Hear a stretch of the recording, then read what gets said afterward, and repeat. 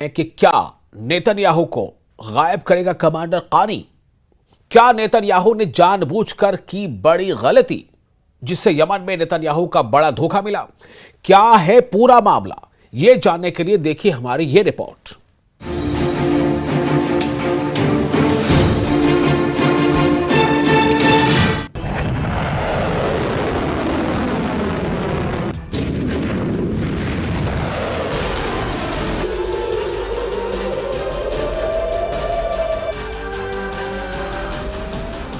21 दिसंबर को तेल अवीव का आसमान थर्रा रहा था।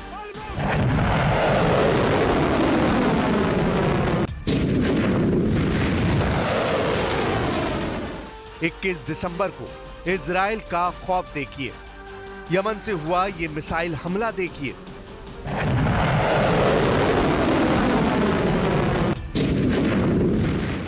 क्योंकि ये मिसाइल अटैक नेतन्याहू बार बार अपनी टीवी स्क्रीन पर देख रहे हैं। नेतन्याहू देखकर हैरान है कि यमन के हूती इतना सटीक हमला कैसे कर सकते हैं।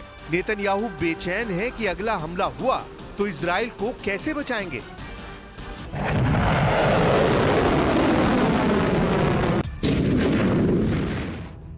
क्योंकि 21 दिसंबर को यमन के हूती ने तेल अवीव पर जिस मिसाइल से हमला किया, उसके आगे इजराइल का वर्ल्ड फेमस मिसाइल डिफेंस पूरी तरह फेल हो गया।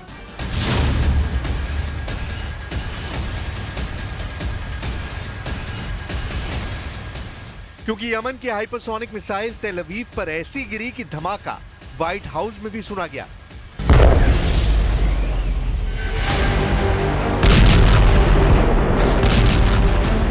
वो इसलिए क्योंकि इजराइल का नया डर 21 दिसंबर नहीं, अब 13 अप्रैल और 1 अक्टूबर वाला अटैक बनने जा रहा है।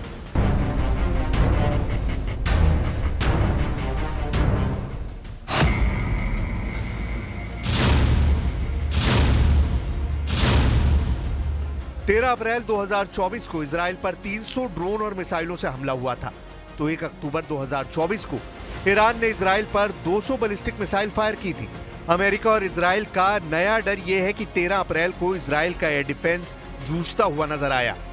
1 अक्टूबर को इजराइल का एयर डिफेंस पूरी तरह फेल हो गया और अब 21 दिसंबर को जब यमन से सिर्फ एक मिसाइल फायर हुई, उसे भी इजराइल नहीं रोक पाया। डर यह है कि ईरान ने 13 अप्रैल और 1 अक्टूबर को जो हमला किया, उससे सबक लेकर ईरान ने इजराइल के एयर डिफेंस और मिसाइल डिफेंस की पूरी जानकारी यमन के हूती लड़ाकों तक पहुंचा दी। यही वजह है कि जब यमन ने 21 दिसंबर वाला मिसाइल अटैक किया तो इजराइल का मिसाइल कवच यमन के हमले के आगे नाकाम हो गया। अब नेतन्याहू का नया खौफ यह है कि अगर यमन की एक मिसाइल को रोकने में इजराइल नाकाम रहा तो ईरान अगर फिर से 200 मिसाइलों से हमला करेगा तो इजराइल कैसे बचेगा।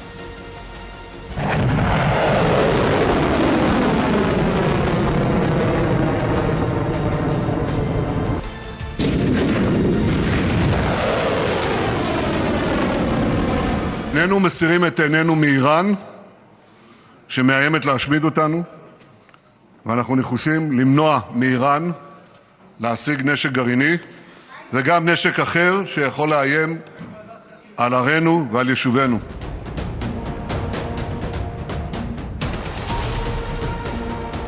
नेतन्याहू ईरान की मिसाइल टेक्नोलॉजी को लेकर इसलिए तनाव में है क्योंकि यमन से जो मिसाइल फायर की गई उसे रोकने में अमेरिका से मिला थार्ड सिस्टम भी फेल हो गया। थार्ड सिस्टम अमेरिका का सबसे अचूक और दुश्मन के हर वार को रोकने की सबसे बड़ी गारंटी माना जाता है।